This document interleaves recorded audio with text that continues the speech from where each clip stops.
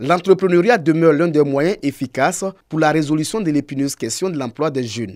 Pour solutionner cette problématique, l'État n'est pas seul. Plusieurs organismes et ONG accompagnent les initiatives du gouvernement. À Bouaké, des chèques d'une valeur de 321 millions de francs CFA sont remis à 250 jeunes. Des fonds pour créer ou renforcer une petite entreprise. Pour la structure donatrice, c'est par l'entrepreneuriat que les pays en développement pourront venir à bout du chômage des jeunes. Les responsables de ces structures ont exhorté les jeunes à plus d'initiatives et surtout travailler pour le remboursement des fonds reçus. Les projets que nous finançons sont essentiellement des projets à fort impact social. Nous finançons les activités génératrices de revenus et nous nous penchons également sur les sollicitations des petites et moyennes entreprises. Les bénéficiaires se sont engagés à travailler afin de bâtir des entreprises qui pourront employer d'autres jeunes en quête d'emploi. J'ai adhéré, j'ai souscrit et aujourd'hui ils viennent m'aider et je suis très heureuse parce que je sais que ça va m'aider à avancer. Je suis un commerçant, je confectionne les paquets d'eau. C'était pour l'agrandissement de mon entreprise et j'ai eu le prêt. Dans les mois à venir, ce sont plus de 1500 jeunes qui vont bénéficier de ces fonds à Bouaké. Pour l'année 2020, cette structure a octroyé des prêts de plus d'1 milliard de francs CFA à la jeunesse de la ville d'Abidjan.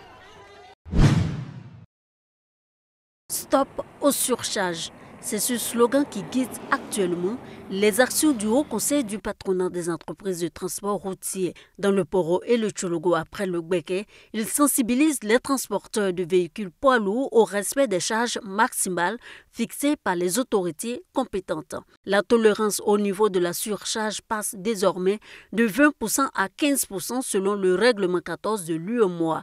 L'objectif est de parvenir à 0% de surcharge. L'idée aujourd'hui pour les autorités compétentes, c'est d'amener le secteur du transport routier, que ce soit le transport des marchandises et le transport des passagers, à évoluer dans le sens d'une reprise de conscience, d'une professionnalisation, pour que véritablement la question du transport des biens et des personnes tienne compte de beaucoup de facteurs, notamment la préservation du réseau routier et la sauvegarde des vies humaines. Les transporteurs saluent les efforts du gouvernement en faveur du secteur routier, ainsi que la clairvoyance des acteurs du secteur qui luttent contre la surcharge. Les routes qui sont goudronnées là, c'est au profit des transporteurs. Ça ne nous crée pas de problème de diminuer les poids pour que les routes restent en bon état, pour que les transporteurs bénéficient de la route. Si on diminue le poids, on va avoir moins d'accidents. Selon le directeur général du Haut Conseil des entreprises de transport routier, Ibrahim Diaby, près de 80% des transporteurs n'ont qu'un compte bancaire. Il les a exhortés à sortir de l'informel car bientôt il sera difficile, voire impossible pour les transporteurs non encore constitués en société de transport de renouveler leurs documents de transport. Ibrahim Diaby a terminé son adresse par un message de sensibilisation au respect des mesures barrières contre la propagation de la COVID-19. Plus besoin de parcourir les 5 km pour recevoir des soins à Toumoudi. Il est désormais possible de se soigner sur place à Bendressou, route de Dimbokro. Cette infirmière, ici présentée aux populations, est affectée à ce centre de santé immédiatement opérationnel car déjà équipé et doté d'un logement de personnel. Coût de la réalisation entamé par l'équipe du maire honoraire Simone Kina, environ 50 millions de francs CFA. C'est la réponse de la mairie de Toumoudi aux aspirations des villageois. Avec ce qu'on vient de faire, on vient de boucler les services sociaux de base, l'eau, l'électricité, la santé, dans tous les villages de la commune, y compris les quartiers. Reste la question de l'état civil. À Toumoudi, le maire, le sous-préfet et le conseil régional sont unanimes. Sur 100 enfants, 20 n'ont pas d'acte de naissance, faute de déclaration à l'état civil. La majorité des 80 autres qui le sont ne disposent que de jugements supplétifs. À la base, plusieurs raisons. Il y a un délai pour faire la déclaration. Parce que ce délai, il faut aller à la justice. Et quand on passe à la justice, c'est encore des dépenses. Donc on attend les audiences foraines ad hoc. C'est des choses qu'on voulait corriger. Plan de la mairie pour favoriser la déclaration des naissances et par-delà la délivrance d'actes de naissance, l'intégration de l'état civil au centre de santé. Cette coupure de ruban ouvre le centre d'état civil de Kankro et ses deux voisins soit 3 villages de plus de 7000 âmes dans la commune de Toumoudi. Près de 6000 enfants vulnérables de 6 mois à 20 ans, issus de 810 familles indigentes du district d'Abidjan et de la région du Sud-Comoé, seront pris en charge dans un projet développé par les villages SOS. Un projet, Approche régionale de protection de l'enfant, ARPJ, financé à hauteur de 2 milliards de francs CFA par l'Agence française de développement, AFD. Il vise à améliorer la prise en charge et la qualité de vie de ces enfants orphelins, abandonnés ou vivant dans des situations de précarité. Ce projet va porter un appui aux communautés, aux autorités, aux dispositifs gouvernementaux qui existent pour faire en sorte que nous puissions assurer une meilleure protection des enfants et une meilleure promotion des droits de l'enfant. Il renforcera la participation communautaire. Créer un cadre de protection pour les enfants et les aider à s'épanouir, à grandir dans des conditions acceptables. Le projet ARPJ couvre le Burkina Faso, le Togo et la Côte d'Ivoire. À terme, il assurera la protection durable de près de 500 000 personnes avec 245 000 jeunes. Selon ce projet, tous les enfants doivent grandir dans le respect de leurs droits. Un sujet vital pour l'humanité. Le couple doit pourvoir aux besoins, à l'éducation et préparer l'avenir des enfants.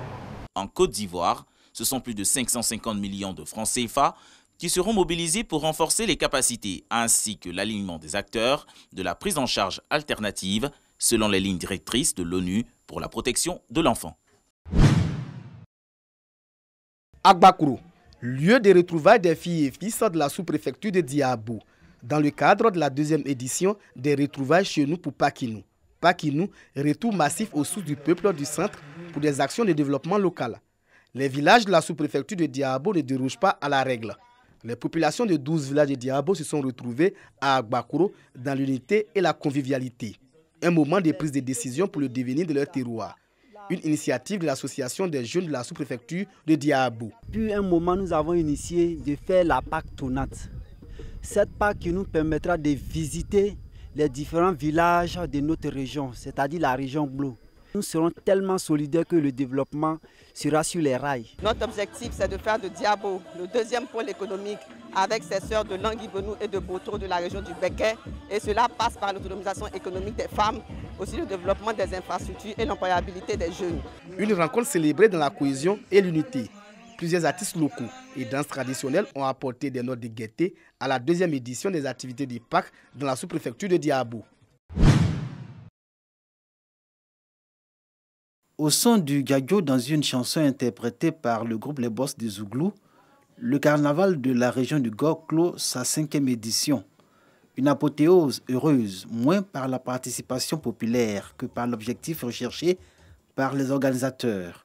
Ce sont les amis de la culture de Gagnoa AGC qui œuvrent pour la valorisation du patrimoine culturel de la région du Gor et en assurent la promotion. Montrer aux populations l'importance de leur culture, comment on s'habillait, les danses et l'art culinaire. Revenir à nos sources, à nos traditions, c'est quelque chose de très beau, très important. Les droits culturels, ce sont des droits que nous défendons. La municipalité de Gagnoa et les partenaires du Gadjo Carnaval s'engagent à œuvrer aussi pour que l'événement devienne une institution dans la région du Gor. C'est à travers nos valeurs culturelles que Gagnoa est reconnu sur le plan international. Il y a de quoi soutenir cet événement culturel. La zone de Gagnoa, nous avons beaucoup de jeunes sans emploi. Donc comment il fallait les aider à s'insérer dans la vie active?